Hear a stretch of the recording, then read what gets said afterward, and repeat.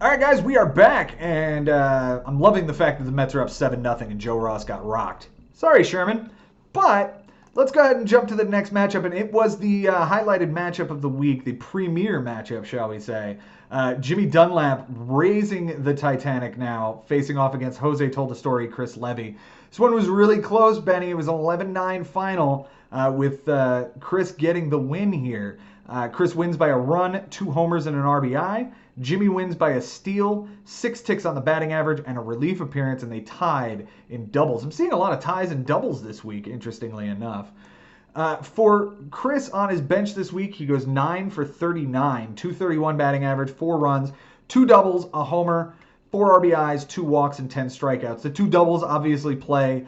Both of them came from Alex Gordon, pickup off the waiver wire on Monday. So on Tuesday, he goes 2 for 4 with a double and an RBI, and David Fletcher's 0 for 4 in his utility spot. And Gordon on Thursday goes 1 for 5 with a run and a double, but he doesn't have a center fielder playing. Like, there just wasn't a guy there. And I don't understand if that was a purposeful bench or if it was something that, like, he just What day of the week was that? That was Thursday, the 29th. Yeah. I don't know, maybe you play the short bench because strikeouts might have been close at that point. Batting average, obviously, pretty close.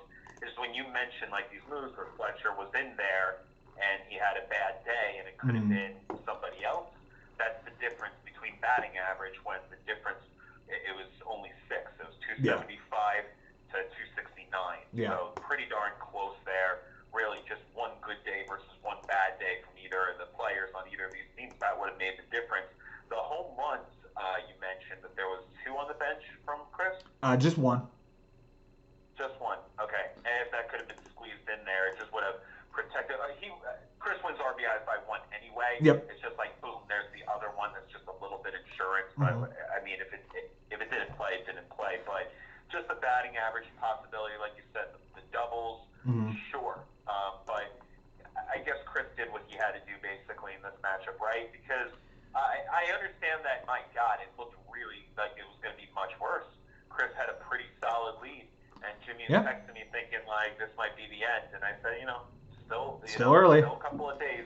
Gotta see by the end. But it came all the way to the end. So maybe you can tell me in the last 2 days or even one day, final day, things got flipped a little bit. So at least Jimmy's able to alleviate the loss and put himself in a spot that maybe he doesn't even have to win this week against Mike Haber, and he will still be in the playoffs.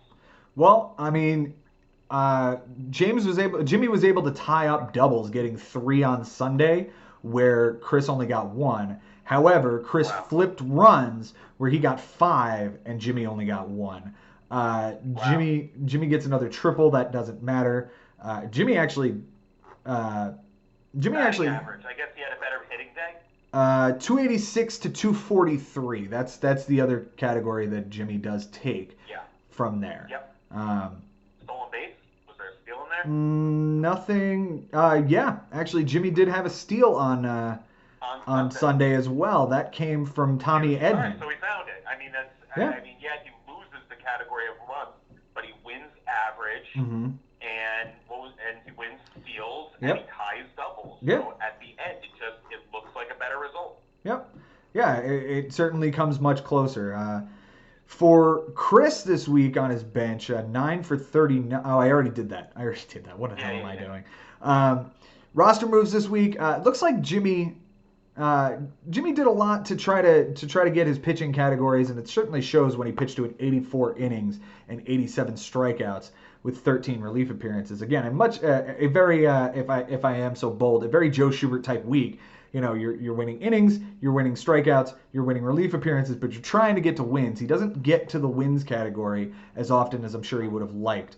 The big pickup, though, is that Tommy Edman Sunday pickup where he got that steal. For Chris's moves, we see that he dropped a lot on Sunday, probably opening up some spots for Monday. Dropping Mike Ford, who had a good week for him, Jose Trevino, and Luis Garcia. But the one thing I found interesting was what he did on Saturday in his his catcher spot. So he drops Elias Diaz, the catcher for Pittsburgh, and picks up Jacob Stallings as backup. But then immediately drops Jacob Stallings and picks up Jose Trevino, who was, I believe, the catcher for Texas. Trevino ended up going 1 for 3 with a double, so that really does help him. I just find it interesting that he's going to waste a move on a catcher that late in the week. He does also drop Omar Narvaez, so I don't know if he's going to be going forward with Trevino, but, we'll see what happens there. Key players for the week, we'll go to Chris, who won. Before that, I want to know if there was an opportunity here for Jimmy to steal one of the or two of these categories that were close that Chris won from his bench. Jimmy did have Scott Kingery on the bench, a 2 for 4 with a run, a double, and 3 RBIs on the bench on Sunday. And Will Smith did not play at his utility spot. So I know I know that maybe that was I would like to know if that was a decision from Jimmy to just play a shorter lineup to protect batting average. If he thought that was going to be close or something. I'm not exactly sure because RBIs are still in play there. So I would think if doubles is still close in RBIs, you'd want a deeper lineup, right? Yeah, I think it's a case of where Will Smith is a really hot hitter right now. And the Dodgers usually play much later than the Phillies do. So I think he was banking on, let me get Will Smith into this lineup. I'm thinking he's gonna do well for me. He didn't do well this week for him, but maybe he thought he was due, and he just ended up not playing. He played the night before, went 1 for 3 with a homer, so they give him the next day off, and he kind of patterned that all week. Play a day, off a day, play a day, off a day, and he ends up missing out on this Scott Kingery double that would have won him. How many runs, doubles, and RBIs did Jimmy have on the bench? 1 run, 3 doubles, 4 RBIs. And the vast majority of that is all that Scott Kingery Sunday, right? Scott Kingery thing. Yeah. Kingery scored. Damn. Yeah. Scott Kingery scored the only run on his bench, 1 of the 3 doubles, and 3 of the 4 RBIs. What was he, 1 for 3 or 1 for 4? 2 for 5. 2 for 5? 2 for 5. Yeah. Yeah, that's the play. That's the play. Key players this week. We'll go to Chris's team first, and it's finally time to say Eduardo Escobar's name again. 370 average, 393 on base percentage, 6 runs, a double, 3 homers, 8 RBIs, a walk, 6 strikeouts, and an error.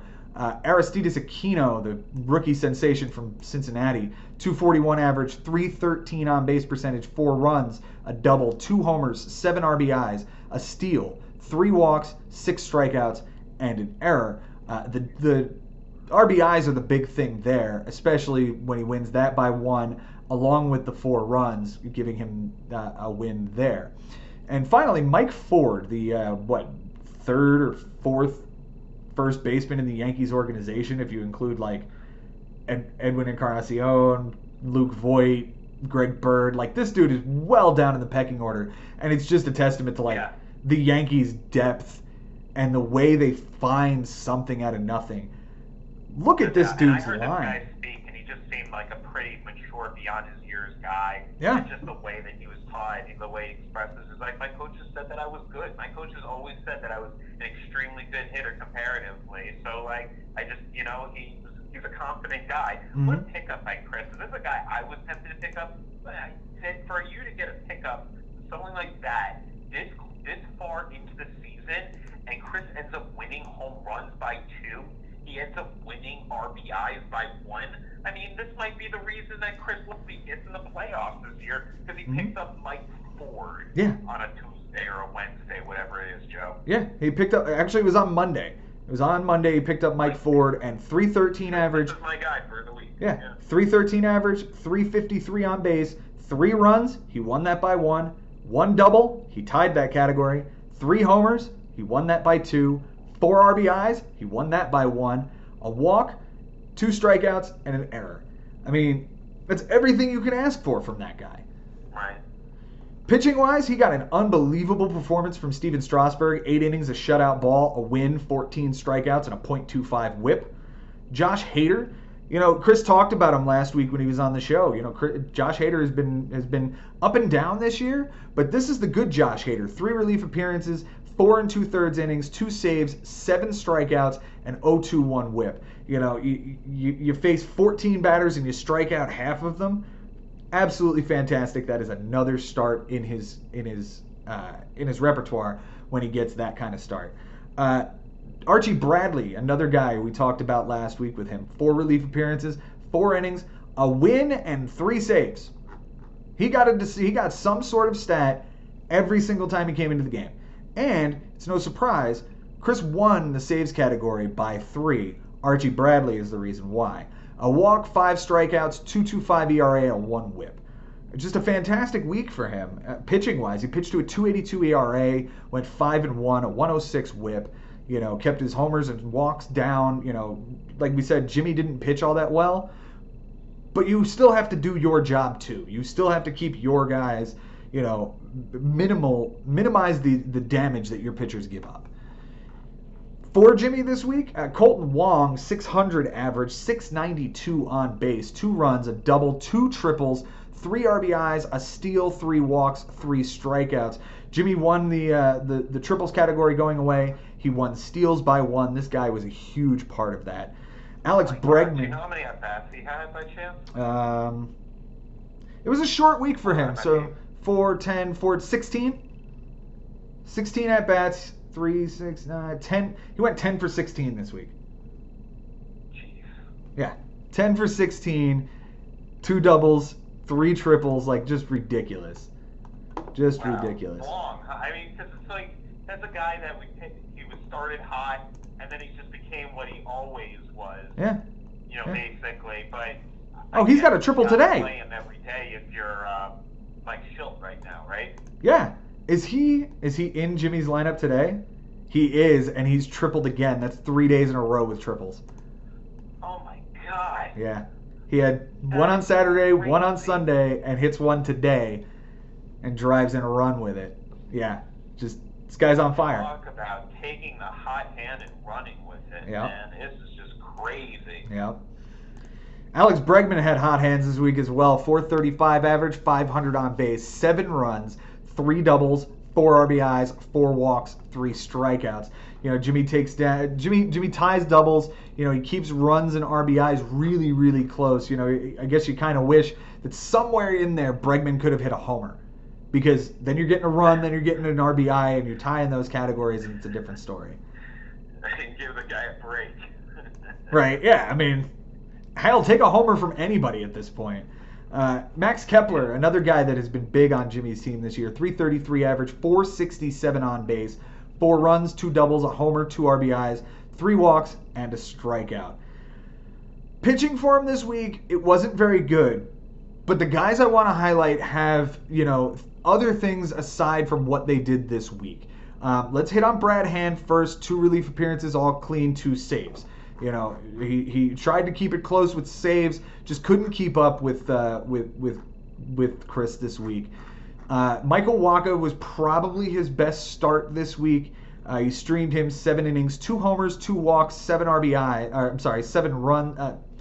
strikeouts. That's what pitchers do. They throw strikeouts. They don't drive in runs, and they don't score runs. They strike people out. That's what happens. 2.57 ERA, 0.71 WHIP. It was probably his best start, either him or Tyler Mahle. But the third guy I want to highlight here, he only pitched 1 inning, and he only threw for 1 relief appearance. And he gave up a run, and I think he gave up 2 hits. But Carlos Carrasco is back, guys. This guy comes back from leukemia. I just want to get this on the show. Congratulations to Carlos Carrasco for coming back from this incredibly terrible disease.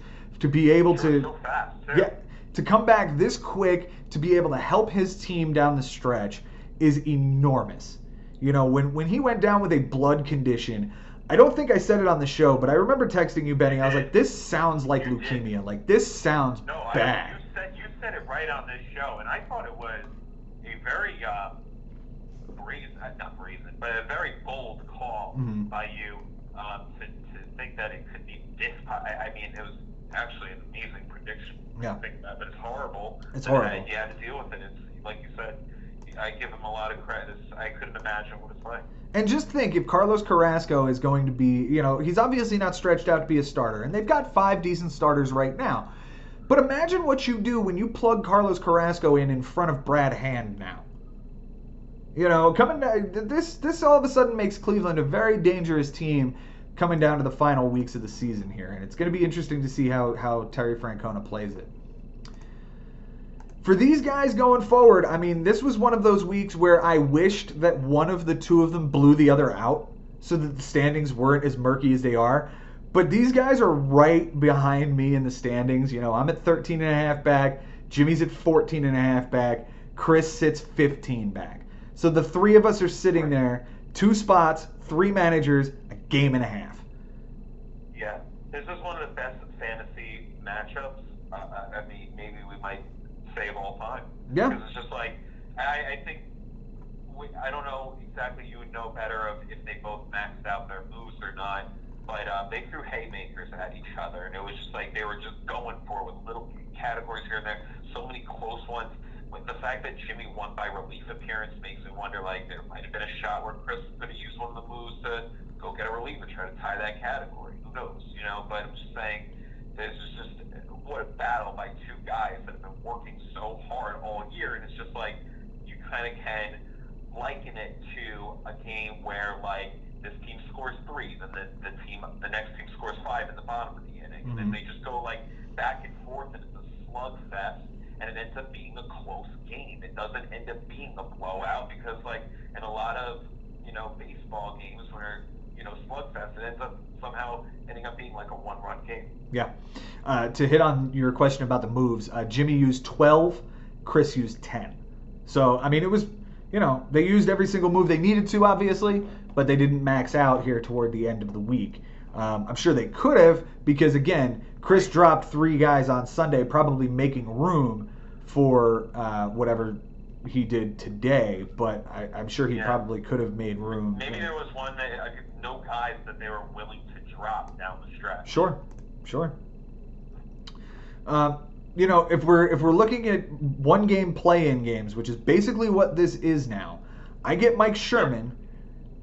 Chris gets Nick Homan, and Jimmy gets the unenviable task of staring down Mike Haber. It's, you know, if you add in Bobby facing off with Uncle Barry and James McCloskey facing off with Frank, you know, you've got 5 managers for, what are we talking, 3 spots there? So 2 guys are going to... If you want to look at that, and then there's the bracket of the first and second place, because my spot is hardly graspable. I mean, anyone can take it, is what I mean. Sure. And at the other end, we say I have a further spot from my spot, 3rd place, than Bobby at 8th place to 6th place, technically by 1 stat. So it's really anybody's anywhere. I mean, 5th place at this point could end up in 2nd place. Joe, you could end up getting the bye at the end of this thing. Yeah, it's an incredible season. I don't know if there's ever been a season like this, Joe. We have to really go back. Yeah. And I think that, unfortunately, I don't know if Yahoo still does that, but they add the wins and the losses from the playoffs. They do. And I wish they would separate it from regular standings during the season and playoffs. Yeah. So we know the final standings and the wins and losses from the regular season. Because I don't care about them adding the playoffs to that thing when you're on that homepage of the league. Yeah. But I can never remember a season like this where there were so many teams bunched together with such good records. I mean, is Bobby like 20 games over or something, and he still could, you know, end up out of this thing? It's just an amazing. The teams that were good this year were really good. There were some really bad teams also, but just this is the reason why, because of all the hard work, because of a matchup like Jimmy and Chris Levy. You're just like, someone should blow out. No. They're going to go toe-to-toe, and they're going to play by the score, and the match, and the stats that they can win, that's the ones that they're going to go for. The ones that they have no chance in, they don't. You know, this is chess at its best. Yeah. It was just amazing to watch this matchup. It was fun. Absolutely. And you know what? This week is going to be no different. You know, the 3 teams that are facing off with myself, Chris, and Jimmy are all going to be saying, I am going to end your season. You know, I know Mike Sherman is staring down this matchup and going, I could end this guy's run. You know, There's a couple reasons for that, Joe, because he's the last guy to win a championship. You know, he was 2016, and you've won it since. So it's almost fitting that this is the matchup. This is the guy that you have to stop from stopping you from getting to this dream of yours of going 3 in a row. It's certainly not insurmountable for you, Joe. And to be honest, we'll get back into this match for a moment, but just if I can get to you for a second. Sure. Like this for you is the telling tale of what could be possible for you in this dynasty that you're talking about. And if I was you, I would have liked taking the loss. I think, as weird as this is going to sound really weird, you look up this morning, the stat change happened, and you lose 10-9 versus winning 10-9. And to me, when you're on a winning streak, man, and you say how many in a row, Joe, you would have to win to win a championship, what did this stop? A 4-game winning streak for you? Yeah. Yeah, it was going to be 5 in a row if I won this week. Okay, so that means, like, if you won this week, it looks like you would have had to win 9 in a row to win the championship. Yeah. You know how hard that would be? You know, like, I realize, like, sure, it's fantasy baseball, and it's baseball in general, and anything can happen. But to win 9 in a row, it's almost like at least you get that loss out of the way, because now you can't do it anymore. Now you have to win 4 in a row, but just, do you see what I'm trying to say? But I just did win 4 in a row. End at some point. Yeah. I just won 4 in a row. I'll take the loss here, and I can win another 4 in a row, go 8 out of 9, and take home another championship. Like, it's completely realistic. You know, I've got to stick to my guns and do what I've done for the past 8 years, making the playoffs every year. You know. Yeah. So what about? I mean, at this point, Chris Levy gets Nick. Is it a good time to face Nick Holman? Is this a guy that's been Cole? Is this a guy that it has been checking his team a lot? So we're gonna get into that matchup soon. So Nick's as well has to deal with number one. Number one that is trying to stay number one. Yes. So I think. So Mike has something to play for. As far as I'm concerned, it's a better matchup for Chris Levy as they both are facing. I mean, they could end up facing each other in the first round of the playoffs. Sure. But it looks like on the surface, they're playing each other for the same spot. Yes. And that's really what it seems like. But it is completely possible that both of them make it in, and I'm the one sitting out. You know, anything is possible. Sure. Hell, if Frank goes off, and we said it in the last segment, Frank's due a win here. He's overdue a win here. He gets a big win over James, and James is the one out, and all 3 of us make it in. You know, anything is possible here. I want to know the math on that. Like, what's the most brutal loss that James could withstand? Like, is it 12-7? Does it have to be a double up from Frank to knock him out? Does a double up still keep James in it? I don't know myself. The fortunate thing for James is that, he's already above the 225 number. Let's keep that number in mind coming down here. Okay. Right? So I'm at 225 and everybody above me is at 225. Right? That's the magic number I've been saying all season. Chris and Jimmy are not at that number yet. And in fact, the next person closest to it is Bobby at 221. Right. So when you're looking at these things, you want to see who. I thought that the losses are actually. Losses matter. Losses absolutely matter. Losses absolutely matter. But when you're look at it like the Major League Baseball schedule, right? You'll say, oh, they're 3.5 back, 2 in the loss column, right? Means they actually have more wins than the other team. In this case, where we're sitting with James McCloskey, he's at 226, right? So that puts Chris 8 games back in the win column. So he needs to get roughly 8 more wins, and he's got three more losses. So that's why he's sitting as far back as he is. Right? He's sitting, what is that, 6? So it seems like it's really tough for Chris to end up in front of James. Is that what you're saying? It is. But if James were to take I don't know, let's do some math. If he ends up only winning 4 games this week, just for the sake of argument, that would put him at 230. No, it's completely real. I don't know. Right? Okay. I'm doing nice round math too, by the way. So 4 would get him to 230, right? That would He's automatically winning saves. We know that right now. Right. Frank is not going to win saves this week. right. Frank will win relief appearances. Okay. There again, let me just have my nice easy math, right? James only gets 4 wins this week, and for the sake of argument, we're going to give Frank 13 wins. So it's a 4-13 finish. James ends the season 230 and, ironically, this works out, 230 and 200. Okay? In order for it's 30 games over, right? But he ends up he's a 5 over the mark that you think is Yes. the necessary win mark. Yes. In order for Chris to get there, he would have to go 13 and 10, which isn't possible. Well, it is, but I would say 14-9 would get Chris there if James loses 13-4. It's going to take a pretty catastrophic loss for James to fall out. And mind you, both myself and Jimmy need to also jump him. Like, we also need to get above the 230 win total. So I need to win more than 5. Jimmy needs to win more than 10 to get to that threshold. If I'm just spitballing here, the all things being equal, right?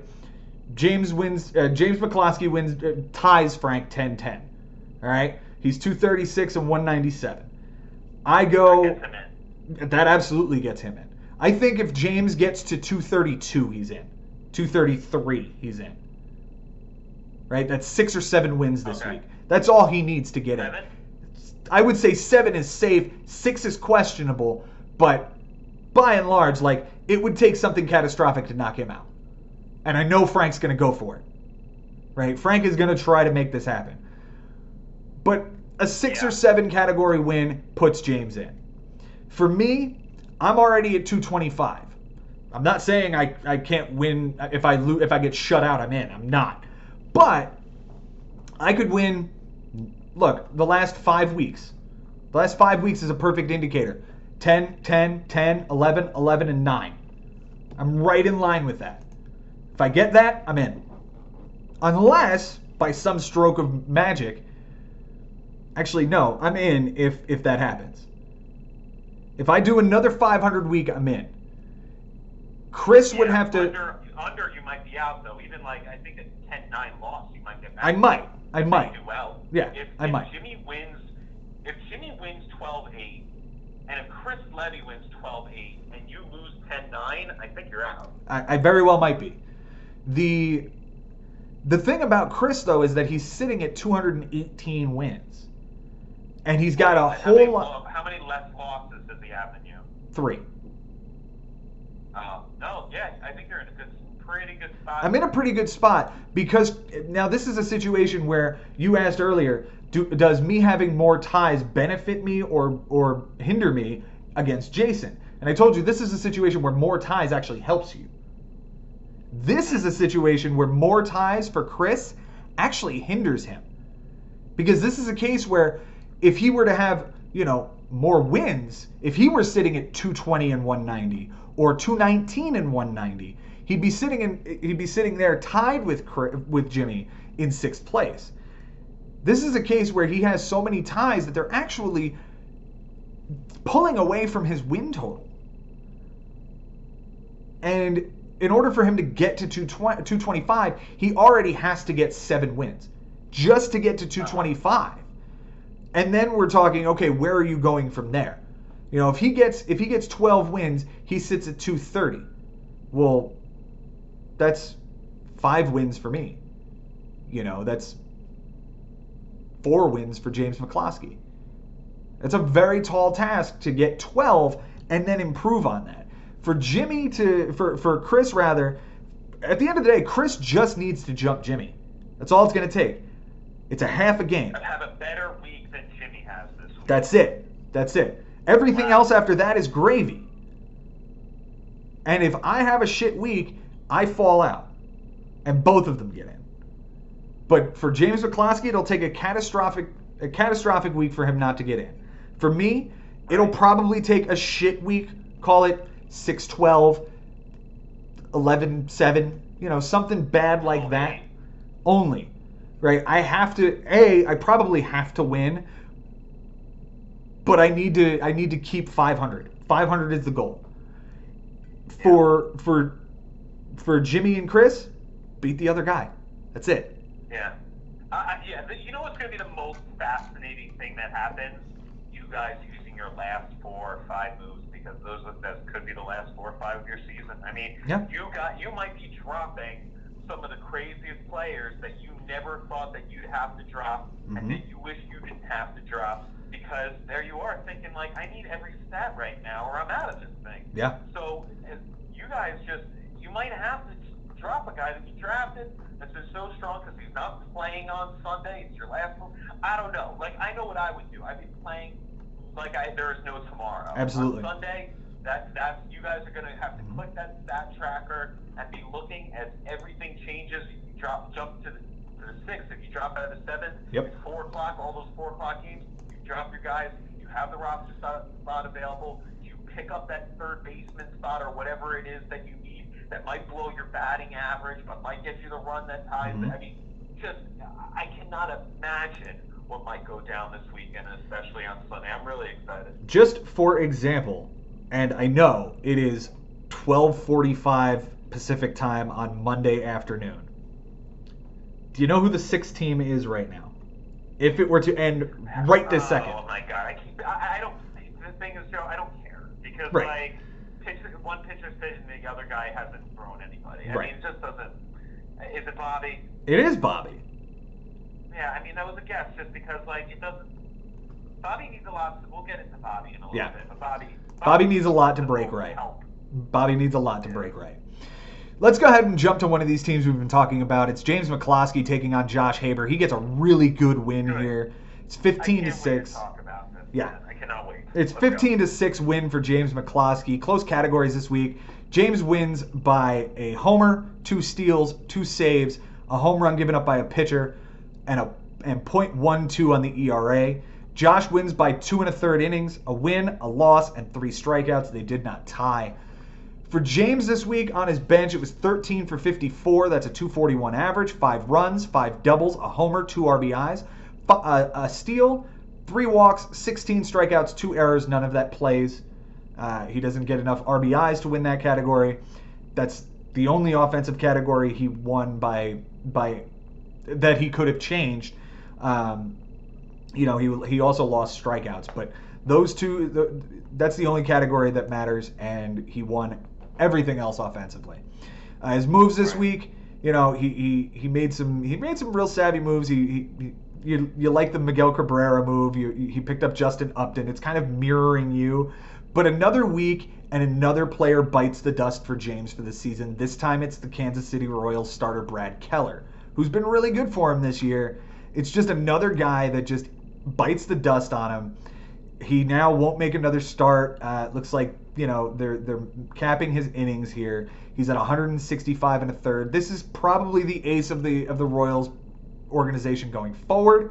And he had an awful start for James early this week on Monday when an inning and a third gave up 10 runs or something. It was 33 ERA. It was ugly.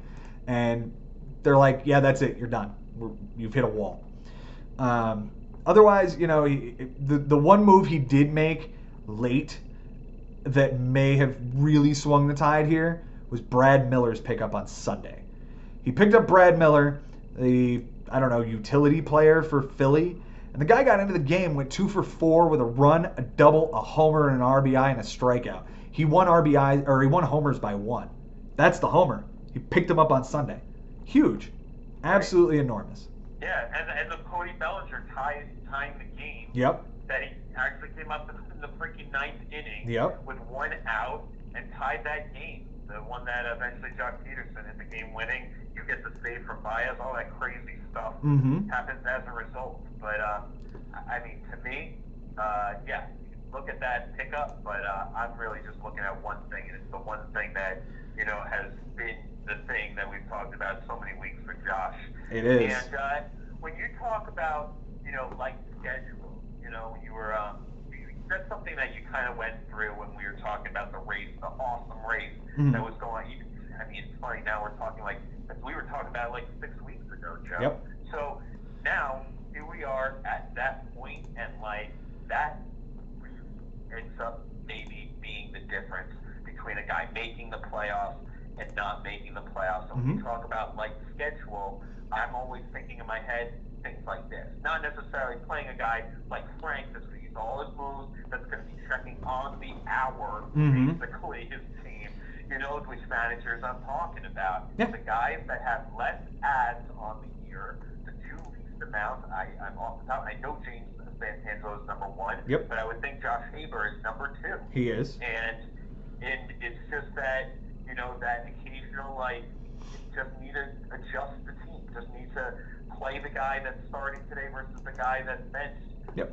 Just simple things like that is what's going to be a difference between being a losing team and being a winning team overall in the standings. But when we talk about being spoilers now, this is the length schedule. That Josh Haber's offense is insane. It's amazing. There's so many good hitters, but still, like, you got to adjust. You have to look at the team every day, make the matchup, like, really pay attention. I think it was just it's just the difference of what we talk about with, like, just that to me is like schedule. When you have to play a matchup like this, when if someone had Jason Ashby versus James Santangelo this week, we mentioned it was to open the show. You know, like that to me, like that's exactly who you want. These guys will still like adjust the lineup for the most part, but they're not going to make an ad for like a relief appearance to try to tie that category to try to win innings pitched. Like, if you know which stats you can just school through because you know the game well enough. You've been playing long enough. But something like this, that's just the most perfect timing for James McCloskey with all these injuries. The season that it seemed like it was just going into the toilet, you run into the right guy at the right time, and this is the result. Absolutely. And let's hit on Josh's offense here this week. He went 10 for 30 on his bench. It's a 333 average, 4 runs, 3 doubles, 2 homers, 6 RBIs, 7 strikeouts. We've talked many, many times over about this is the guy that Josh should have played this week. Whether it was Kurt Suzuki or Eric Hosmer or, you know, any one of it, or Adam Eaton the last 2 weeks. You know who it was this week?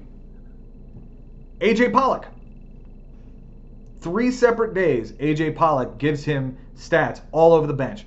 3 for 5 with 2 runs, a homer, and an RBI on Tuesday. 1 for 4 with a run and a double on Saturday, and 2 for 5 with a double on Sunday. All 3 of those days sitting on his bench, and it was a very, very simple change. You know, whether it was Eric Hosmer going 0 for 4 at utility on Saturday, or he just needed to shuffle his lineup on Sunday to get Pollock in because Ozuna didn't play on Sunday. Or no, Ozuna went 0 for 4 with a strikeout. He went 0 for 4 with a strikeout. My apologies. You know. Right. So, I mean, yeah, I get you. And some of that's just matchup. It's hard to play over Hosmer. You know, there's been so many times where Josh just should have had Hosmer in, and Hosmer played a lot of time on Josh's bench. Now he finally plays him and ends up burning him. So. Yeah. I mean, Pollock's been really hot lately. You know, the 3 for 5, he's 3 for 5, 1 for 6, 1 for 3, 1 for 4, and 2 for 5 all this week. He's batting leadoff in a Dodgers lineup that's ridiculously hot. Like, I don't see how you... Look, he's got log jams everywhere now. Between the outfield, which we talked about with Ozuna, Harper, and JD Martinez, you can't get Pollock and Eaton in there every day. And Freddie Freeman and Eric Hosmer kind of log jams first in utility. So you've got, you know, basically 7 guys that can play 5 positions. So 2 have to sit every day. And this is the result. This is what you're going to run into. You know, it's rough to look at. It's impossible to get it right. It's impossible to get it right consistently. Yeah. He did lose Scooter Gennett, who he had to drop. He got released by the Giants now. Who knows where he's going to end up, if anywhere, the rest of this season. I think he just goes into the offseason as a free agent, and we'll see what happens. He replaced him with a guy, I believe his name is... Oh, no, he added Ronnie Rodriguez is now his new starting second baseman, along with Jonathan Scope when he's in the lineup. So, much a step down. He also loses Gio Urshela to the DL because the Yankees love to have the DL, apparently. He's got a groin strain, and I don't know how long he's going to be out, but it might be They hope that he'll be back when the 10 days are up. But the question is, he's starting to run out of time. Like, if he's not going to be in the lineup, you probably don't want to hold him on your DL when, this late in the season, if it's a guy that you can avoid it. Key players this week for James. Well, James had himself an offensive juggernaut of a week. He got CJ Cron for 348 average and on base, 5 runs, 2 doubles, 3 homers, 7 RBIs, 7 strikeouts. Aaron Judge came to play as well, 375 average, 423 on base, 4 runs, 2 doubles, 3 homers, 5 RBIs, a steal, which is huge, 2 walks, 7 strikeouts. And finally, I could have highlighted, a bunch of guys here as the final guy. Michael Conforto comes to mind immediately. But I'm going to give it to Johnny VR, who I gave last week's Player of the Week to. Johnny VR came back 316 average, 348 on base, 6 runs, a double, 2 RBIs, 5 stolen bases. 5 steals from Johnny VR this week. He wins the category 6-4. So there you go, with 2 walks and 3 strikeouts. This guy has been a lifesaver for him, and I almost fear talking about him, because the more we talk about anybody on James's team, they start to get hurt, and I don't want to see that for him. Pitching wise for him, Hansel Robles, another save for him, 3 relief appearances, 4 innings, all clean, 5 strikeouts. Sonny Gray, 12 2/3 over 2 starts, 10 strikeouts, a 1.42 ERA, a 1.11 WHIP. He did give up a homer and 7 walks, but the ERA and WHIP were strong enough to get the win against Josh this week, so it doesn't hurt him too badly. The 2 starts, one was in St. Louis, was a great start. The one in Miami was shaky, but that's where he got the win. Chris Paddock, finally, 7 innings, a win, 8 strikeouts, 1 earned run on a solo home run, and 0.71 WHIP. That guy is now behind Hyun-Jin Ryu, basically his number 2. Where do you see James's pitching staff now that Keller's gone and Kluber's not coming back and Tyone's gone? Like, it's still a pretty dangerous lineup and a dangerous rotation. Like, he could still do some damage in the playoffs. Yeah, and I'm not concerned about losing Keller, because James has been pretty solid with his streaming of starting pitchers. Mm-hmm. And if he needs to do that, he's going to try to save his season. I mean, at this point, you got to use, I think he's even used at least one of his moves today, so whatever he's got left, it's just to try to get him in a spot that he's prepared for Monday, mm-hmm. and that he's got himself a really good chance to come out of Sunday in the playoffs. So I'm not really concerned about the pitching so much. I actually think that with the group that he has and the ads that he has, I think that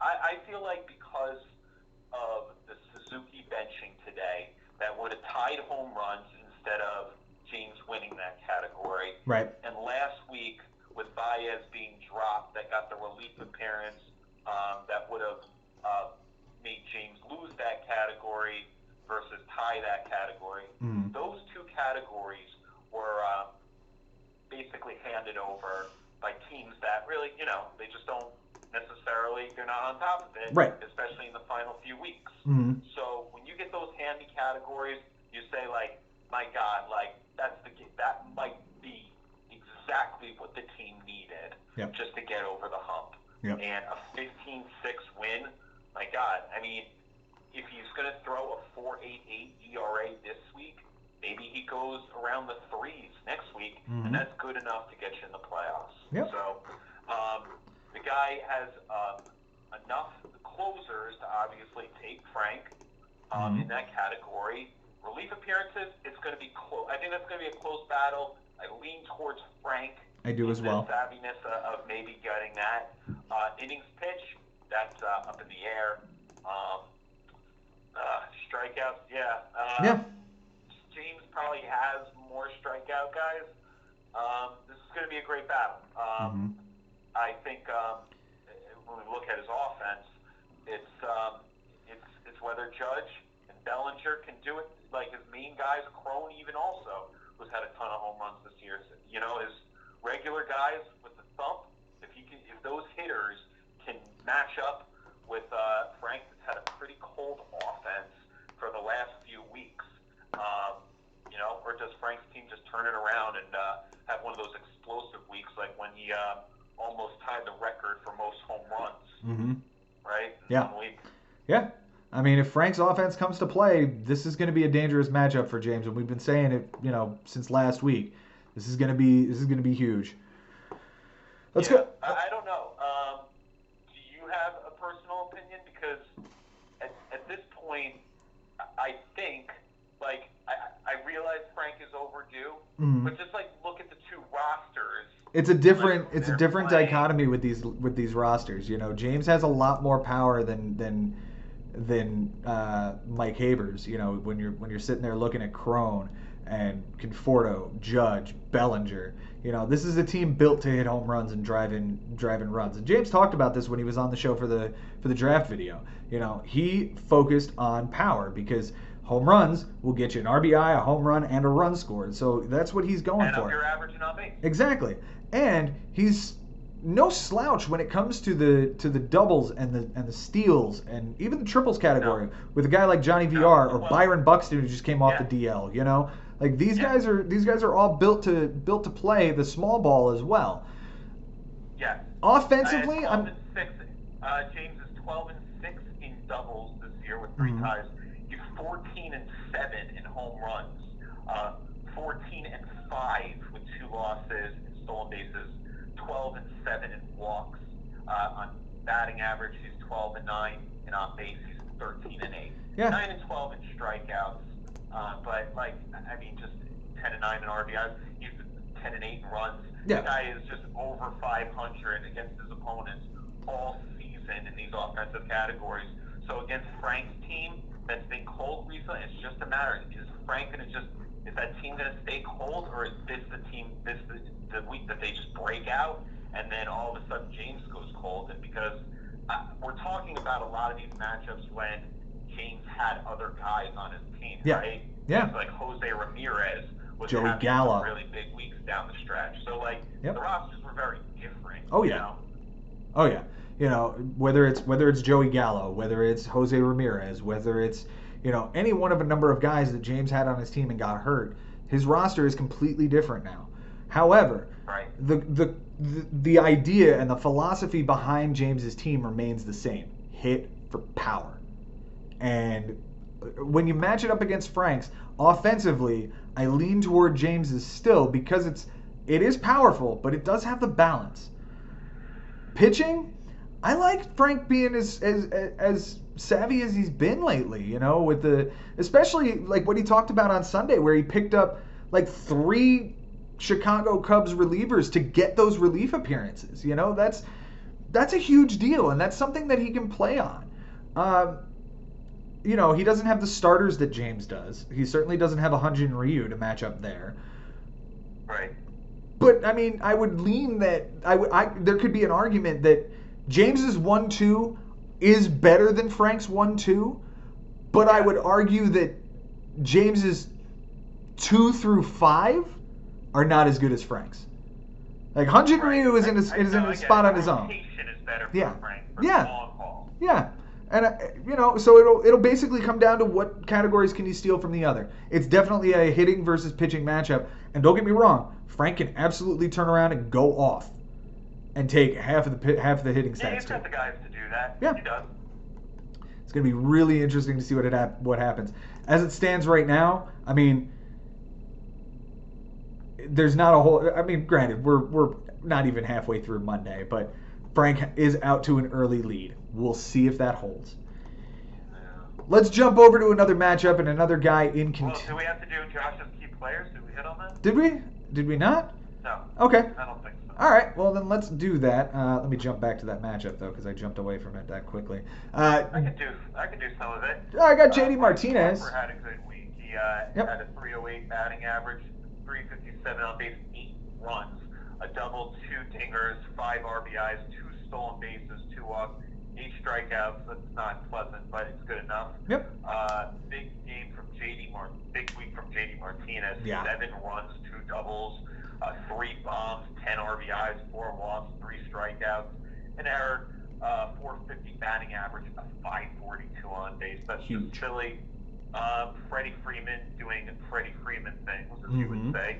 A 318 batting average, 423 on base, 6 runs, 2 doubles, 3 home runs, 9 RBIs, a stolen base, 2 walks, 3 strikeouts. I know, I mean, it may still be too early to say with this guy, Joe. We get to see him a lot against our Mets, but is this guy, now that he's started to stay healthy and be as consistent as he has, does it look like he's on the route to Cooperstown? Yes. Yeah, he's just the next in the pipeline after Chipper Jones, right? This is that next guy. He's the face of the franchise. 38 homers this year, 300 average, 114 driven in, and he's chipping in with 6 steals and 100 runs scored. You know, he's at 227 homers for his career. You know, he's almost at 1,500 hits, halfway to 3,000. You know, if he could stay, now, granted, you hit on it, he does have health issues, but he had not hit 35 home runs or driven in 100 runs since 2016 he never hit 35 homers ever. And the only year he hit over 100 RBIs was way back in 2013. This is absolutely a career year and what Freddie Freeman is absolutely capable of. If he can stay healthy and continue to put up this production, there's no question in my mind this guy is a Hall of Famer. He's absolutely the best first baseman in the game right now. You know, given his entire career's track record and, you know, going forward. The only one who'll probably make an argument right now is Cody Bellinger, but Bellinger's only had 3 seasons, and one of them was a little bit down, so I'd like to see Bellinger do it again. He's right on the money as the top first baseman in baseball. Pitching-wise for Josh this week, it wasn't very good. In fact, he once again pitched to a 5 ERA. But Julio Teheran, 12 innings, a win, 7 walks, 9 strikeouts. Still only had a 150 ERA and a 108 whip over the 2 starts. And having 7 walks, one of those starts was in Colorado. You know, and he didn't give up a run in that game. It was a really, really good game. I watched that one on YouTube. It was the same Tim Melville start that I was referencing earlier. Just a really good pitcher's duel in Colorado. It was amazing. Jake Odorizzi gave him a good start as well. 6 innings, a win, 8 strikeouts, 2 walks, 3 ERA, a 1.17 WHIP. You know, these are the 2 guys that he traded, that he got with JD Martinez for the 2 Braves he sent away. So this is one of those weeks where, hey, they came to play and you still got blown out, and you have to chalk it up to you're not checking your team every day. Finally, Mike Leake gave him a good start. 7 1/3, a win, a walk, 2 strikeouts, 2.45 ERA, 0.68 WHIP. You know, it was a streamer start. The start came in San Francisco. Good start, good ballpark. You know, what else can you say? Just, right. You know. What else can you say, man? It looks like James is in. James did what he had to do this week. I mean, if he loses versus, even if he won 10-9, it would have been better than taking like a lopsided loss right now. But what he just did, it's just, I mean, to me, I think he's done it. He's been in the league 2014, missed 2 years in 2016 and 2017. But this is it. He just punched his ticket, I think. Big congratulations. He really earned it. He worked so damn hard. Really impressed that he's definitely improved. So I'm sure he's been a great fantasy manager and some of the other things that you guys have done together. But as far as what I've seen with Diggs, like, there's just been a great deal of improvement, and it shows. And it all comes to fruition. Now, this week. I don't know how he feels. I don't know if you guys have spoken since the victory, and so you can gauge his excitement and how he feels about what's coming and what he's done. I have not seen him since last Wednesday, so I will be seeing him this afternoon. But I know he is absolutely he was really, really concerned coming off that 13-5 loss to James Santangelo in week 20, saying, you know, I don't know about this team. I'm sure he's stoked. The one thing he wanted to do this year was prove that he belongs here, that you know, he did have that hiatus. You know, he ran into some issues, wasn't checking his team every day. This is absolutely a testament to what James McCloskey is capable of in a fantasy league. And you know what? He absolutely belongs here, and he's in the playoffs, and congratulations to him. And he very well could be my first-round opponent if I make it, so we'll see what happens. Right. All right, let's jump over to another team in the hunt but needing some help. It's Bobby Russo taking on Mike Sherman. Bobby gets a good win here as well, 13-6. Close categories is going to be for Bobby. He wins by a home run, a win, a walk. Actually, 2 walks given up by a pitcher. For Mike, it's a triple, 2 strikeouts, and 2 relief appearances. They tied in saves and home runs given up by a pitcher. For Bobby this week, he went 13 for 37 on his bench. That's a .351 average, 9 runs, 3 doubles, 5 homers, 9 RBIs, 7 walks, 6 strikeouts, and an error. And none of it plays. You know, the runs he won, the doubles he won, the homers he won, the RBIs he won, walks he won. You know, Wow. it does not play. However, there was definitely room for improvement. And offensively, I'm not going to get to, even though there was a bunch there.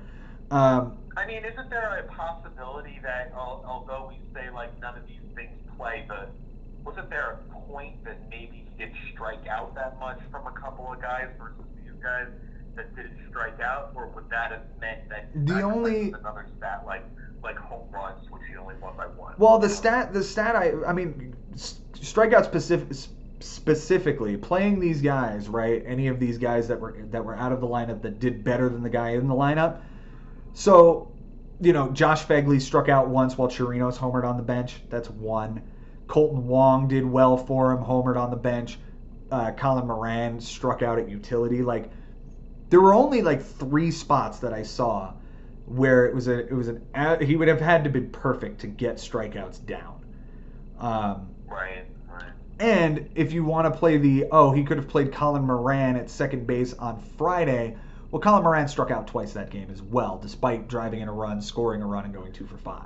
Oh, no, that totally doesn't matter. It's about, like, could he avoid the strikeouts without leaving a home run on the bench? Like, that was... I don't think so. But it's possible, like, there's guys that he had that hit home runs that he played. Mm-hmm. Those guys maybe struck out 2 or 3 times in that game and also hit a home run. Yeah. You know? So, like, it's like you got to get something to get, you know, you're going to sacrifice something by playing another guy. You know, so... I think the one thing that Bobby, at least he was telling me, he was kind of kicking himself for was that there might have been an opportunity for him to grab relief appearances. Absolutely. By using moves, being able to drop some guys early on Sunday before games start and try to really think out relief appearances. So I think that's... Yeah, his roster on Sunday, he left Javi Guerra, Sean Doolittle, and Steve Cishek all on the bench, and they all got into the game. Robert Stevenson was at his relief pitcher spot and has SP eligibility, so he could have moved him in for Garrett Cole, who wasn't pitching. And Colin McHugh was a DL player on his starting pitcher spot, and Javi Guerra has starting pitcher eligibility. So, like, there was... Did any of you guys give up a home run, Joe? I don't believe so, but I can double check. Check if they gave up home runs. Check if they gave up walks. Check how they did in general. Javi Guerra, relief appearance, 2/3 of an inning, 1 strikeout, nothing else. Sean Doolittle, 1 inning, 1 relief appearance, nothing. Steve Cishek, 1 inning, 2 strikeouts, relief appearance, nothing. They were all clean.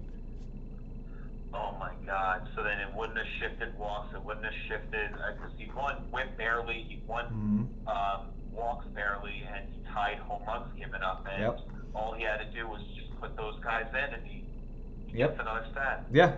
You know, like I said, Stevenson's he has 2 starting pitcher spots open with Garrett Cole and Colin McHugh sitting in them. You move Stevenson up to 1, you put Guerra at 1, and you throw Doolittle in, and there's your tie, right? There's your tie for relief appearances. At least tie. Yeah, because then you're sitting with Steve Cishek, and you have to make a decision between him and Ryan Brazier or him and Roberto Ozuna. You're not taking Ozuna out. Oh my God! So he could be 3 out right now instead of 4. Yep. Right. Yep. Or even tying it. Not even, instead of a loss, it's a win. Not even just a tie. You could have won that. Yep. He could have won it. Realistically, he probably ties it, and that drops the half game off of his 18.5, right? So then he's 18 well, I don't know, back. Saying, does he only tie because it's just that he tries to kind of play it safe to not give up? No. What I'm saying is the easiest way to make this happen, and if he were to go for it and get relievers in, right? Move Stevenson to the starter, move Guerra to the starter. They both have starting pitcher eligibility, right? Okay. They both get in. Cool. You have those stats. Then you have one of Doolittle or Cishek in the relief pitcher spot that you moved Stevenson away from. Yeah, you probably play Doolittle because he's a closer. Sure. And they're tied. Okay. And then you have then that leaves Steve Cishek still on the bench. And the only two guys left that you could move out are Ryan Brazier or Roberto Ozuna. Well, I don't know who came in the day before. Exactly. I usually think Bobby usually plays the way that if a guy pitched the day before, he usually sits him. That's how Bobby usually does. Right. So, at the very least, the easiest way to do it would have gotten him the tie in relief appearances. He would have had to be perfect and kind of Nostradamus in order to get the win there. But there again, it becomes 13-5 instead. It drops the half game off of his 18.5 that he's out from first place. He's now sitting 18 back, and he's 3.5 out of the 6th spot. If he wins it, he's a full 3 back. Yeah. Wow. Mm-hmm. That's just, it's amazing how that might make the difference. I'm just thinking in my head, all these, little things here and there that a team is it's just a really good chance that the number 6 spot is in the 6th spot and the 7th one misses out by a half a stat. Yep. That's more than probable. Yeah. Yeah, and that could be the very situation you're talking about. For Mike Sherman this week, he goes 2 for 23 on his bench. It's an .087 batting average, 2 runs, 3 walks, 8 strikeouts. However, he benched Mike Clevenger's 8 innings, a win, and 10 strikeouts at Detroit. I'm not quite sure why, but that 8 innings would have won him innings, would have tied the wins category, and would have won him strikeouts. Well, maybe. When did that happen? Thursday? Yeah, so, Bobby might have gone after more pitchers and try to win innings again. Sure. We're obviously just playing hindsight here. Mike Sherman did not make a roster move this week. I found that interesting. We'll go to key players. For Bobby, I've talked a lot of shit about Jurickson Profar this year, and Jurickson Profar gave him a really, really good week. Oh, he brought him back. Yep, 455 average, 600 on base percentage, 5 runs, 2 homers, 5 RBIs, 3 walks, 2 strikeouts. Matt Chapman, who he traded for, gave him a good week as well. 273 average, 385 on base, 5 runs, 3 doubles, a homer, 3 RBIs, a steal, 3 walks, and 8 strikeouts. And finally, Mike Trout. He does Mike Trout things. 267 average, 500 on base percentage, 3 runs, a homer, 2 RBI, a steal, 6 walks, 6 strikeouts. Unbelievable week from the best player in baseball. Pitching wise? For sure. And the Profar thing to me is just so fascinating that he brought him back. Mm-hmm. And if he decides on a different guy for that position, maybe he loses home runs as opposed to winning it, because the guy got 2 home runs from him this week. That's what you asked for this time in the season. Mm-hmm. That's the guy that he drafted. And finally, if Bobby gets in the playoffs somehow, Profar is the reason why. Yep, absolutely. Pitching wise for Bobby, it was 3 good starts. Garrett Cole, 6 2/3, 14 strikeouts. Did give up a homer and a walk to a 5.40 ERA and a 1.05 WHIP. But 14 strikeouts over 6 2/3. That's gross. He faced 20 guys and struck out 14 of them. Got 20 outs and 14 by strikeout. Amazing. Max Fried gave him a good start as well. 6 innings, a win, 11 strikeouts, and a 4.50 ERA and 0.83 WHIP. You know what that is, Benji? That's a quality start. Oh yeah. And finally, Stephen Brault, 6. So it was a 4.50 ERA. Yep, 4.50 ERA, 6 innings and a win, and 11 strikeouts. Stephen Brault, 6 1/3, a win, a homer, 2 walks, 5 strikeouts, 1.42 ERA, 0.95 WHIP. Neither of these guys pitched extremely well as far as ERA is concerned, but these 3 starts certainly kept Bobby in contention, gave him plenty of strikeouts in the wins, and kept his WHIP down. For Mike this week, Manny Machado finally gives him a good week. 296 average, 345 on base, 4 runs, 3 doubles, a triple, a homer, 3 RBIs, a steal, 2 walks, 5 strikeouts. You know, he won triples by 1 and 1 stolen bases going away. Manny Machado chipped in where he could there. Along with, and this is the guy that's concerning me this week, is Mallex Smith. 435 average, 500 on base, 7 runs, a triple, a homer, 2 RBIs, 3 steals, 2 walks, 2 strikeouts. And Evan Longoria wrapped it up, 348 average, 385 on base, 2 runs, 2 doubles, a homer, 5 RBIs, a walk, 7 strikeouts, and an error. Pitching-wise for Mike, it's all relievers because none of his starters did well. It's all relievers here. Yusmeiro Petit, 4 relief appearances, 6 innings, a win, 5 strikeouts, and 0.17 whip. Adam Kolarek, the hell is he? 2 innings, 4 relief appearances, 2 strikeouts, nothing earned, a 1 whip. And Mike Fiers is the only starter I'll highlight. 5 1/3, 2 walks, 5 strikeouts, a 1.69 ERA, a 1.88 whip for a guy who only gave up 1 earned run. He was getting hit all over the yard and still kept it to a 1 earned run. Pretty amazing. This week, Bobby, you know, he's going to face off against Uncle Barry like we talked about. Mike Sherman gets me. You know, one of these guys could spoil this season. Uncle Barry is a tough out. I'm certainly not enjoying the idea of facing Mike Sherman. But if we put a nice little bow on it, like you said, he is the last champion before me. So if I have to go out, it's fitting that I go out to that guy. Yeah, I like your chances, though, man. As far as Bobby, he's got a tall hill to climb. And this is where you look back in your season for Bobby and say, you know, there was a time when it was facing Jason Ashby, when he went through that little gauntlet that we were talking about. We did that round robin, and he faced Jason. He kind of went for it on Sunday, and it ended up being something like he was only losing 10-9, or he was only winning 10-9. He ended up losing something like 13-6. Yep. And just something that blew up in his face on Sunday. He's had a lot of tough Sundays, actually. And this was one time where he actually had a fortunate ending and was able to more than double up his opponent. But I don't know, man. I think Uncle Barry, guys like him and Frank, these guys at the bottom of the standings that play really hard are just the toughest guys that have to face. I mean, I got Andy. Andy plays pretty tough usually because he loves fantasy baseball and he wants to play. It's funny how, you know, the guys like Josh Haber and James Santangelo, fortunately, I'm actually kind of happy, man, that they're playing against each other. So, like, at least now, like, for this final week, everyone is playing against guys that are going to try to push us up, you know, and that's just the way it should be.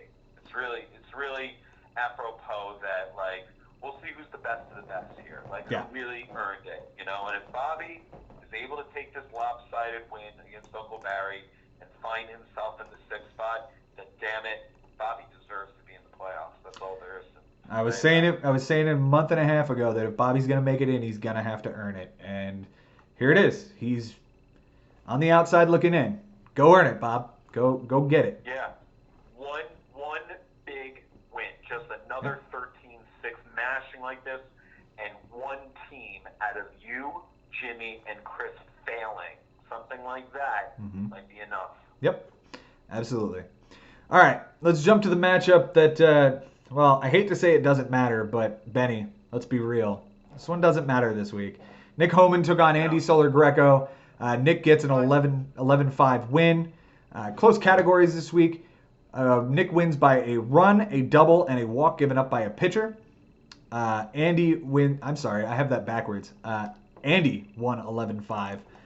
I even wrote it wrong in my write-up here. All right, let's start over again. Yeah. Okay, it's a week that, you know, it's 2 guys at the bottom of the standing, and certainly involved next week in something that this week that very much matters. Go ahead, Joe. Yeah.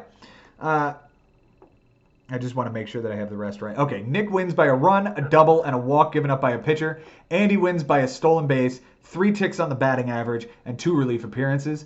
They tied in triples, RBIs, wins, saves, and homers given up by a pitcher. 5 categories were up for grabs there at the end, and they end up tying. It ends up being 11-5, which is a really odd final. Like, you don't see that particular double up very often. No, because but sometimes those like the 10-5, you know, and those are actually kind of cool because it just shows like, you know, a lot of the time is you guys just played by the management. Guys were kind of conservative about, you know, sitting pitchers on Sunday so they at least don't lose the category. Things like that happen. Yeah. For Andy on his bench this week, he goes 17 for 40. That's a .425 batting average. 11 runs, 2 doubles, 3 homers, 4 RBIs, 3 steals, 5 walks, 8 strikeouts. It was a disaster on his bench this week. You know, he didn't activate Adalberto Mondesi from the DL. Guy went 4 for 5 with 3 steals on the bench. The steals don't matter, but the 2 runs that he scored in that game definitely do. You know, Matt Olson had a good week for him on his bench. It kind of hurts to see this much production on the bench and not, you know, and see this many categories this close. You know, the 11 runs certainly would have won him that. He lost it by 1. The 4 RBIs, you can find one here or there, whether it's Mike Yastrzemski's homer or Matt Olson on Saturday. Like, those were 2 spots where he could have gotten some production there. Or even J.D. Davis, you know, on Monday. He played J.D. Davis after the homer on Tuesday that was on his bench, and Matt Olson went off. So it's rough to see that kind of production. Only made 2 moves this week. Picked up David Peralta and picked up a guy by the name of Sam Hilliard, who I'll get to in a little bit. But by and large, Andy just, you know, he played it well. He played it strong. His team came to play, and he gets a good win here. For Nick, he went 8 for 34 on his bench. It's a .235 average, 2 runs, 2 doubles, 2 homers, 7 RBIs on the bench, 4 walks, 6 strikeouts, and 2 errors. He also had a relief appearance from Wade Davis on Friday and an Anthony Swarzak relief appearance on the bench on Saturday. That would have tied the categories for that. But at the end of the day, you know, we're looking at a guy like, what is it, Victor Reyes? No, Victor Reyes was on your team. Yeah. Who does he have in his lineup? Oh, Franmil Reyes, who went 2 for 3 with a run, a double, a homer, and 3 RBIs with 2 walks on the bench on Tuesday. And Rhys Hoskins was 1 for 5 with a strikeout and an error at utility. Just a rough spot there. Otherwise, it's a pretty straightforward week for Nick as well. Not a whole lot of moves, just streamed 2 pitchers, picked up a speedster to try to go after steals late in the week and didn't get it. Key players this week for Andy. We'll go to Nelson Cruz once again. Nelson Cruz has been lights out for him. .480 average, .517 on base, 2 runs, a homer, 8 RBIs, 3 walks, 4 strikeouts. Matt Olson, even when he was in the lineup, was still pretty good. .364, .462 on base, 3 runs, a double, a homer, 3 RBIs, a walk, and 4 strikeouts. And finally, Sam Hilliard. I hit on him. He's apparently playing right field for the Colorado Rockies now. He's hitting like 5th, 6th, 7th in his lineup. This week, .286 average and on base, 2 runs, a triple, a homer, 3 RBIs, 3 strikeouts. I hit on the triple because Andy tied triples at 2, and this kid that he digs out of the waiver wire on Wednesday gives him that triple. Huge. Pitching wise, Patrick Corbin, another great week, 13 innings, a win, a loss, 17 strikeouts, .346 ERA, .077 WHIP with a homer and 3 walks. Raisel Iglesias, 3 1/3 over 5 relief appearances, 2 losses you don't like, 2 saves you do, 2 homers you don't, 7 strikeouts you do. Zach Wheeler, 6 innings, 4 strikeouts, 3 walks, a .150 ERA, a .167 WHIP. And for Nick, the key players, DJ LeMahieu, .400 average, .464 on base, 6 runs, a double, 2 homers, 3 RBIs, 3 walks, and 4 strikeouts. George Springer, .368 average, .556 on base, 5 runs, a double, 2 homers, 9 RBIs, 6 walks, and 7 strikeouts. And finally, Franmil Reyes, .333 average, .474 on base, a run, 4 walks, 4 strikeouts. I highlight those guys because Nick did win walks going away. And on-base percentage shows because of it. Benny, anything else on this matchup? Did you do the pitchers? I did. Oh, Jake DeGrom, Shane Bieber, Sandy Alcantara. Fantastic starts from them. 7 innings from DeGrom, 7 strikeouts. Shane Bieber, 6 1/3, 9 strikeouts. And Sandy Alcantara, 6 innings, 8 strikeouts. Nick didn't pitch well. He pitched to a 5.44 ERA. None of these guys, they didn't have splendid starts. 6 ERA, 4.26 ERA, 5.14 ERA. John Lester probably had a better start, but gave up more walks. And the reason I highlight these 3 guys specifically, DeGrom, Bieber, and Alcantara, combined, they gave up 1 walk. He won walks by 1. Any one of those 3 guys gives up a walk, it's a different story. Sure. All right. So as far as about this match, it's more about what are we looking at as far as what my chances are to hold on to the 2 spot. Is this the wrong guy to play at the wrong time? Same thing with Chris Levy, the perfect guy to play right now, week 22. I mean, this is I don't know where you stand for on, Andy.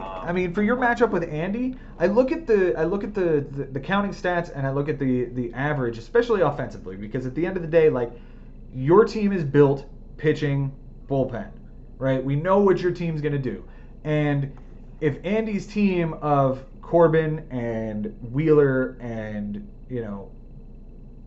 Domingo Germán, if they come and pitch their asses off, then you're going to be in trouble. But if even one of them has a bad start, I feel like you're the type of manager who's going to go, okay, you've now got an ERA north of 4. I'm going to keep mine under 3.5 with my bullpen, get my 37, and call it a day. The question is where the offense is going to be.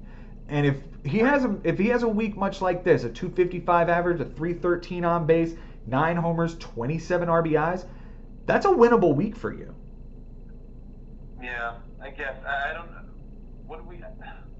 What should I be afraid of here? I guess Devers, these guys, Cruz. Yeah, Devers, Cruz. Yeah. Maybe this kid Hilliard's going to be something for another week. Matt Olson can pop off and hit 5 homers. Yeah. But if he were to activate Adalberto Mondesi, then the speed comes into play. And as of right now, a lot offensively, man. I don't know. Yeah. If I don't pitch well, man, if my team doesn't do what they're supposed to do pitching wise, I'm definitely in trouble because I'm already looking at the fact that I benched a multi-hit game, a home run from Miguel Cabrera. That was a gettable stat. I mean, I have an RBI from Mazara on the bench already. So I need every offensive stat I can basically get. I'm at this point where maybe I should just start using moves because I already know I'm probably going to lose in strikeouts as a batter. Might as well just try to get more counting stats. I don't know, man. There's a lot of ways that things can be done here. Maybe I should be using my 13 moves towards the playoffs. I mean, there's so many things I can consider, but there's certainly quite a few other managers that I'd be preferring to play in the final week. As far as Chris, what do you think there? Do you think Nick is a dangerous opponent possibly for Chris at this point? Chris, again, we go back to what he did this week, right? 252 average, 351 on base. If he walks like that, that's going to be a huge problem for Chris. Not that his team doesn't walk. He's got Michael Brantley and he's got Jose Altuve and Trevor Story. These are all high average guys with a ton of walks. So if somebody comes in and starts to face him and go head to head with that stat, it could be troublesome going forward. Pitching, it's gonna be interesting because I don't necessarily believe that Chris has the top end rotation. It's Giolito and it's Strasburg, and that's about it. Nick has a 3-headed monster in DeGrom, Bieber, and whether you want to call it John Lester or Caleb Smith or there's always a piece moving in and out.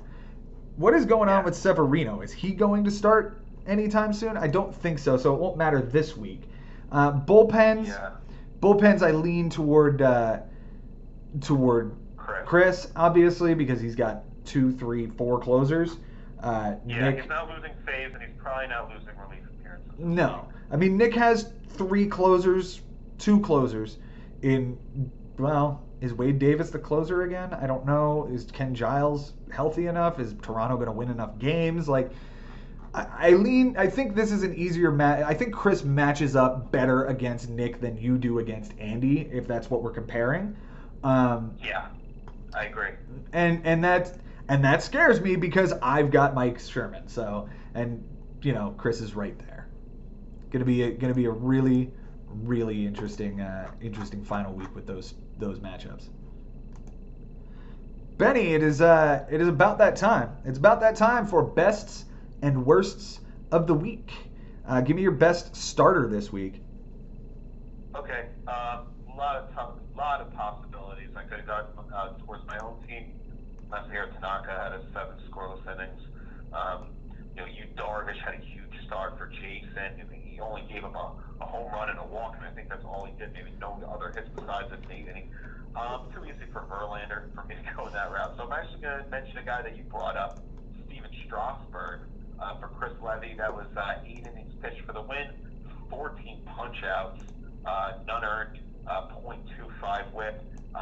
Important timing for Chris Levy. I can't say anything more. Okay. Justin Verlander threw me a no-hitter. What else do you want me to say? Let's move on to best batting performances. Who do you got there? Jeez, God, I could have. It was tempting to go for any of the guys that I had to face because Uncle Barry just between Yadier Molina and Starlin Marte, it just felt like everyone was coming down on me. But the poor bastard that had to deal with Eugenio Suarez all week, I just felt so sorry for Frank. Just to the tune of 367, a 441 on base percentage, 8 runs, 2 doubles, 5 home runs, 8 RBIs, 2 walks, 10 strikeouts isn't pleasant, but it just seems like every single time he was playing, he was on base. Yeah, I mean, Frank had to eat that one. I'm going to go in another direction. Give it to our first guest today, Jason, who had Anthony Rendon, 563, a 667 on base, 8 runs, 2 doubles, 3 homers, 7 RBIs, 4 walks, and only 1 strikeout on the week. Honorable mention to Josh's JD Martinez, 450, 542, 7 runs, 2 doubles, 3 homers, 10 RBIs, 4 walks, 3 strikeouts, and an error. Worst starts this week. Who do you got for a worst start? Worst pitcher. Yeah. Well, it's not easy for me to go this route because, firstly, he did a good job today. Yeah, he did.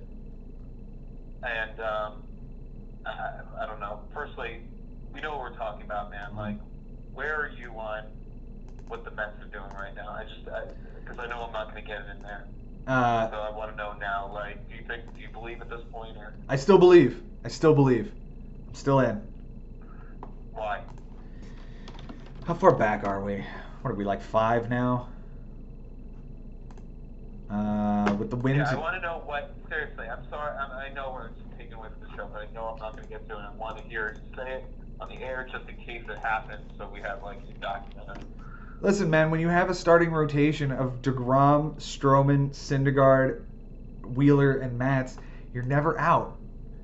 That front 5 can win you 2 weeks at a time just by going out there and doing what they're supposed to do. We are 3.5 out with the win today. We're 3 games over. We've got the Cubs. We just took it to Washington. But they're 4 games ahead of Chicago. We've got to do a lot of work. I'm not saying we don't, but there's still a good month of baseball left. We've got there's a chance. I believe that we can go on a winning streak here. We've gone 3-7 in our last 10. Law of averages says that's going to turn around. And we won today. No, it's a 15 or 20 game, whatever they have left. So you can just win 12 out of 15 games. Yeah. It could be any team, So like, I understand that can happen. I know that we went on that insane, whatever, 15 out of 16, whatever we did out of the All-Star break. But like, I knew that we were going to hit a skid at some point, whether it was going to be lose 7 out of 10 or lose 5 in a row. We end up getting swept 2 series in a row. So I was just like, okay, I knew that was coming. Like, can we get on to the next winning run? Right. And like another streak of wins. So I guess And maybe this is it, right? Like we go 8 innings of shutout baseball between Syndergaard today and Tyler Bachelor's first inning, and then he gives up a 3-run shot to his Drupal Cabrera in the ninth. Like he was supposed to close it down in a nice 7-0 ball game. Okay, fine. I just don't know if I should get giddy now that they've won 3 out of 4 since the 6-loss skid that they had. I like the fact that we were able to win 7-3 today. Pete Alonso 1 for 5, Michael Conforto 1 for 5, Wilson Ramos didn't play. Right. Okay. Anyway, getting back. Your bad start. Noah Syndergaard 3 innings pitched, the walk, 3 home runs, given up a walk, 5 strikes. Gave up 10 earned runs. Pretty sure. A 27 ERA, a 3.33 WHIP. Didn't really give a chance for the Mets to get in the game. Firstly, Rosario also didn't. And maybe if he actually makes that throw to second base, then actually, no one gets out of that inning, and then you never know what happens in the next inning, and maybe actually does much better. But even still, if an error happens, you're supposed to pick your team up. Yeah. And he did not. So there's that. No.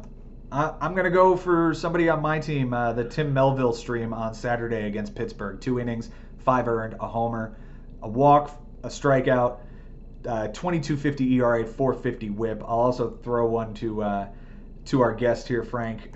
His playing of Martin Perez, 2 2/3, 7 earned, a homer, 2 walks, 4 strikeouts, a 23.63 ERA, and a 4.13 WHIP. Who do you got for worst offensive player?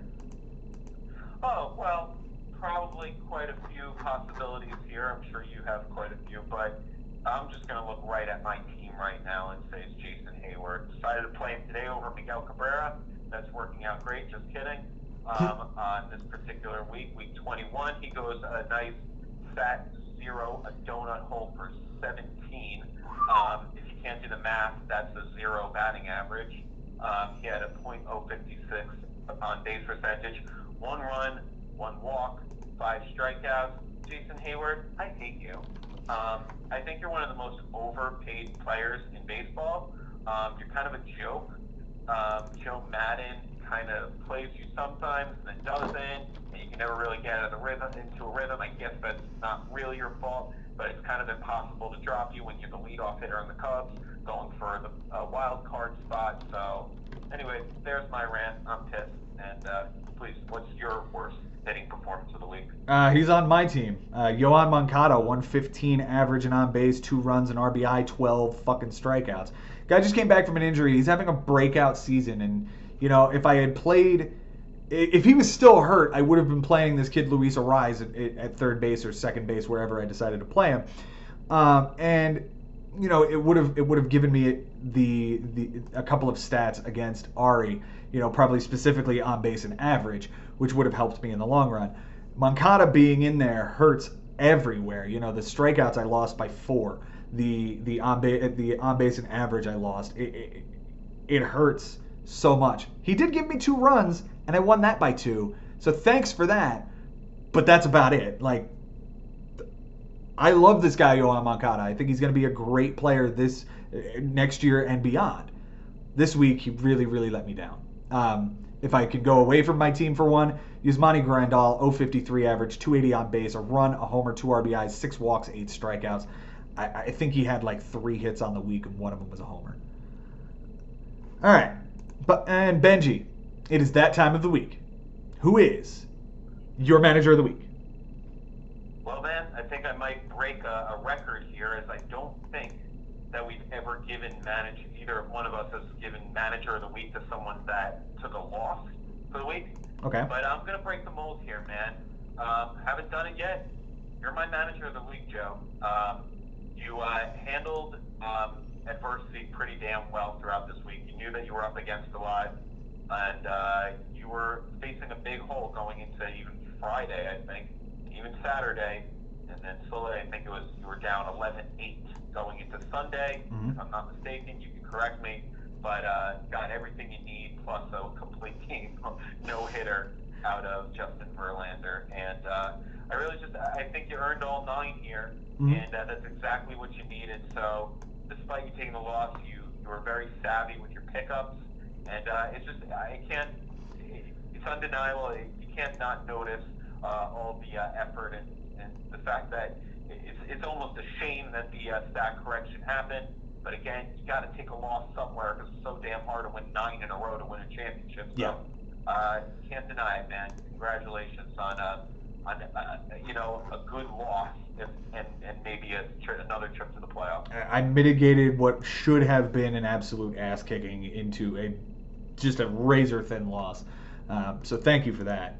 Mine's going to go to Bobby Russo, who, you know what? He needed a win here, and he needed a win badly, and he got a good one over a really good manager in Mike Haber. Mike Sherman, more than doubling him up. Getting some really, really great performances this week from Bobby, and to see him get right back into the thick of things here, just despite. I'm sure he's kicking himself over the relief appearances, right? And I'm sure he's kicking himself over maybe one or two other things. But what I didn't hit on, he picked up Jurickson Profar, who had a great week. He picked up Josh Phegley, who the day he picked him up went 4 for 5 with 3 RBIs, 3 runs, a walk, and a strikeout. Picked up Kike Hernandez, 1 for 2 with a homer. Like, he had a really solid week offensively. And though the ERA doesn't show it, he pitched well as well. He played to the matchup and walks away with a really good win, keeping himself in contention. Guys, Week 21 is done.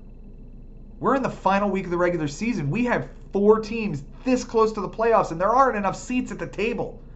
It's musical chairs. Who's going to have the chair yanked out from underneath them? We'll find out next week. Benjamin, thank you for hosting with me again. Thanks for having me, Joe. And we've had a lot to say today. It's been maybe one of our longer shows, but it's important. It's fitting. Got to appreciate the guests that had a chance to get on, take some time for us. This is just as special as it gets going into the final week, and I have no doubt that everyone has all hands on deck. We're going to see a lot of guys fall into the waiver wire abyss. Teams are desperate. They need to get in. We'll see who has the magic this year, who is going to, because at this point, it looks like it's me and Mike Haber and perhaps you. That means definitely 3 guys, including Bobby, that have never made the playoffs, will make the playoffs this year. That's great for the Bigs to see these new teams getting involved. Really special to see. So can't wait to see what happens in 6 more days. Joe, it's been a blast. Always, Benny. Thank you, guys. Thank you to Jason. Thank you to Frank for coming on our show today. Again, if any of you guys want to come on, last week of the season, guys, let's make it count. Let's get somebody on this show. Until next time, it's been real, it's been fun, and it is always real fun in the Bigs. We'll see you next week.